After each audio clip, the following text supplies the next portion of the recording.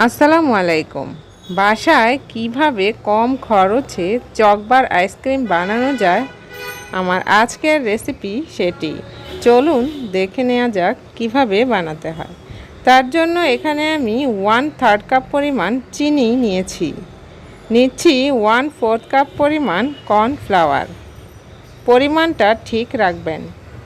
নিচ্ছি 1/2 কাপ পরিমাণ powder milk. এবার সবগুলো উপকরণ খুব ভালোভাবে হ্যান্ড উইক্সের দ্বারা মিশিয়ে নিচ্ছি।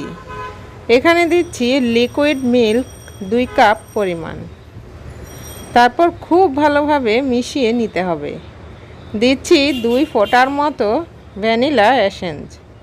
তারপর আবারও মিশিয়ে নিয়েছি। এবার চলে যাচ্ছি চুলায়। চুলার আঁচটা মিডিয়ামে রেখে অনবরত নেড়ে 4 থেকে 5 মিনিটের মতো রান্না করে নিতে হবে। যখন মিশ্রণটা এইরকম ঠিক হয়ে যাবে তখন চুলা থেকে নামিয়ে নিতে হবে। তারপর ঠান্ডা করে নিচ্ছি। ঠান্ডা হয়ে গেলে এরকম আইসক্রিমের মোল্ডের মধ্যে নিয়ে নিচ্ছি। তারপর উপরে যে কয়েকটা ফোঁটা পড়েছে সেটা টিস্যু দ্বারা মুছে নিতে হবে। এবার একটি ফয়েল পেপারের দ্বারা আইসক্রিমের মোল্ডটা খুব ভালোভাবে ঢেকে দিচ্ছি। তারপর একটি ছুরির সাহায্যে মাঝখানে ছিদ্র করে নিচ্ছি। এবার আইসক্রিমের কাঠিগুলো দিয়ে দিচ্ছি।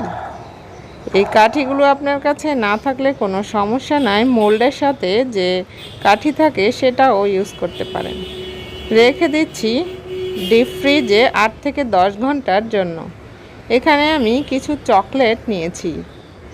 চকলেটগুলো এবার আমি পানির ভাপের মধ্যে মেল্ট করে নিব। আপনি চাইলে ওভেনের মধ্যেও মেল্ট করে নিতে পারেন। এবার 8 ঘন্টা পর আইসক্রিমটা কিন্তু খুব সুন্দরভাবে জমে গিয়েছে।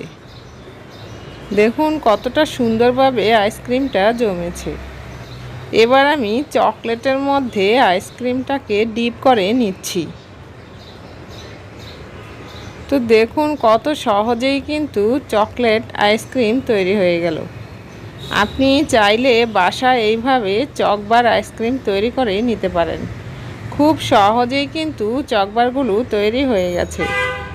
আজকের এই রেসিপিটা আপনার কাছে ভালো লেগে থাকলে ফ্যামিলি এবং ফ্রেন্ডসদের সাথে শেয়ার করে দিতে পারেন।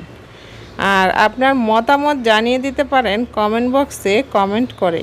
ততক্ষণ সবাই ভালো থাকুন। দেখা হবে নেক্সট কোনো রেসিপিতে। আল্লাহ হাফেজ।